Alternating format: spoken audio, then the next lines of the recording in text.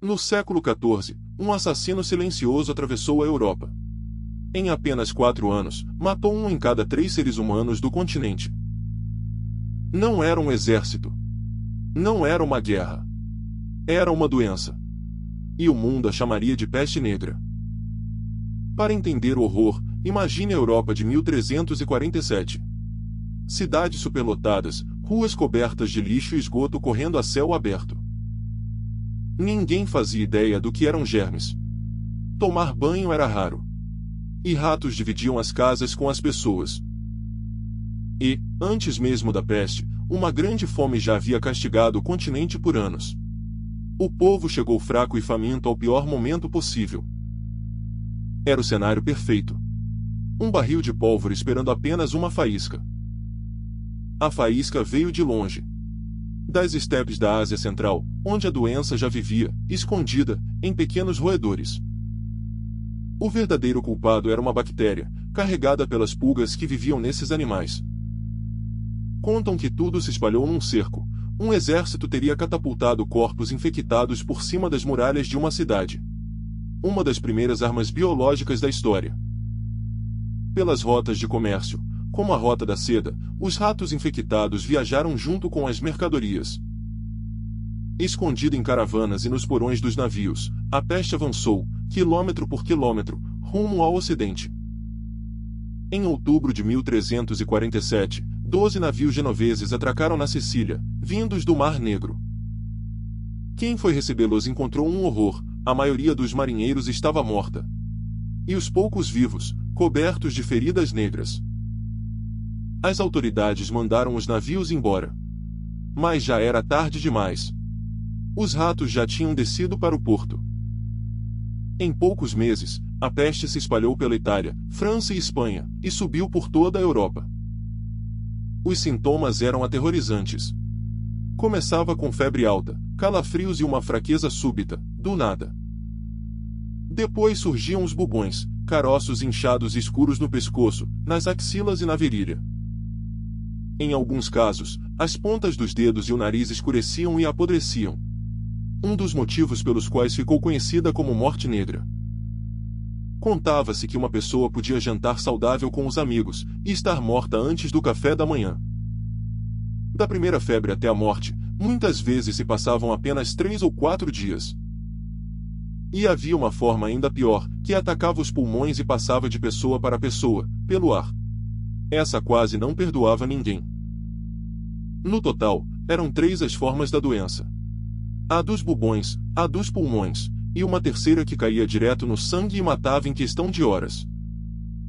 Nas cidades, a morte estava por toda a parte.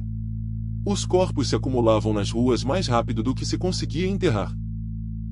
Em Florença, um escritor descreveu ruas onde os vivos já nem choravam os mortos.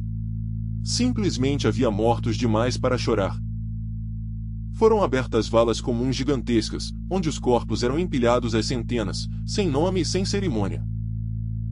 Carroças percorriam as ruas ao amanhecer, enquanto os coveiros gritavam: "Tragam os seus mortos." Os sinos das igrejas tocavam sem parar pelos mortos. Até que, em muitos lugares, pararam. Não havia mais quem os tocasse. O medo era tão grande que pais abandonavam filhos, e filhos abandonavam pais. Ninguém ousava chegar perto. Os ricos fugiam para casas de campo e se trancavam, contando histórias uns aos outros para espantar o medo. Dessa fuga nasceu até um clássico da literatura. Os médicos tentavam de tudo. Mas não faziam a menor ideia da verdadeira causa da doença. A imagem mais famosa é a do médico da peste, com a máscara de bico recheada de ervas, que supostamente filtraria o ar. Mas atenção, essa máscara icônica só apareceu em surtos posteriores, mais de 200 anos depois. No auge da peste negra, ela ainda nem existia. Os tratamentos eram inúteis, ou até perigosos. Sangrias, ervas, cortar os bubões. Nada daquilo funcionava. Muitos médicos fugiam das cidades. Os que ficavam cobravam fortunas, sabendo que talvez não sobrevivessem para gastá-las. Sem entender os germes, as pessoas procuravam um culpado em todo lugar. Muitos acreditavam que a doença vinha do ar ruim, um vapor venenoso chamado miasma. Por isso andavam cheirando flores e perfumes. Outros tinham certeza de que aquilo era um castigo de Deus pelos pecados da humanidade. Grupos de flagelantes percorriam as cidades se chicoteando em público, tentando pagar por esses pecados. E, na busca desesperada por um culpado, minorias inocentes foram acusadas e perseguidas. Um dos capítulos mais vergonhosos daquela época. A sociedade simplesmente parou.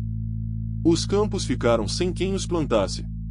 Cidades inteiras foram abandonadas. Nem a igreja, todo-poderosa na época, conseguiu deter a morte. Muitos padres também morreram, ou fugiram apavorados. A fé de muita gente foi abalada. Como confiar numa proteção divina que não protegia ninguém? Para quem viveu aquilo, parecia mesmo o fim do mundo. E, em 4 anos, a peste fez todo o seu pior. Quando a primeira onda finalmente passou, o resultado era simplesmente inimaginável. Estima-se que a peste negra tenha matado entre 25 e 50 milhões de pessoas só na Europa. Somando o mundo inteiro, os números podem passar de 100 milhões. Cerca de 1/3 de toda a Europa, apagado do mapa. Mas dessa tragédia nasceu, sem querer, uma transformação profunda no mundo. Com tanta gente morta, faltavam trabalhadores por toda parte. E, de repente, quem sobreviveu passou a valer muito mais. Os salários dispararam. Os camponeses puderam exigir melhores condições, algo impensável antes da peste. O velho sistema feudal, que prendia o povo à terra, começou a ruir. A peste ajudou a abrir caminho para o mundo moderno. Foi a peste que criou a quarentena. Em Veneza, navios suspeitos ficavam parados 40 dias antes de poder atracar. A peste negra ainda voltaria outras vezes nos séculos seguintes. Mas nenhuma onda foi tão devastadora quanto aquela primeira. A morte virou obsessão na arte. Surgiram as danças macabras, esqueletos dançando com reis e camponeses, lembrando que ninguém escapa. Só séculos depois a ciência descobriu a bactéria e as pulgas por trás de tudo. E a peste, hoje, tem cura com antibióticos. Ainda hoje, obras em cidades europeias esbarram em valas esquecidas, cheias de esqueletos. Lembranças silenciosas daquele horror. Existe uma lenda de que uma famosa cantiga infantil fala sobre a peste. Mas os estudiosos acham que isso é apenas folclore. A peste negra mostrou o quanto o ser humano é frágil. Mas também o quanto é capaz de renascer depois do pior. De um punhado de pulgas nasceu a maior catástrofe da história europeia. E a prova de que o mundo pode mudar para sempre em poucos anos. Se você chegou até aqui, deixa o like e se inscreve. Porque a história real é sempre mais assustadora do que qualquer ficção.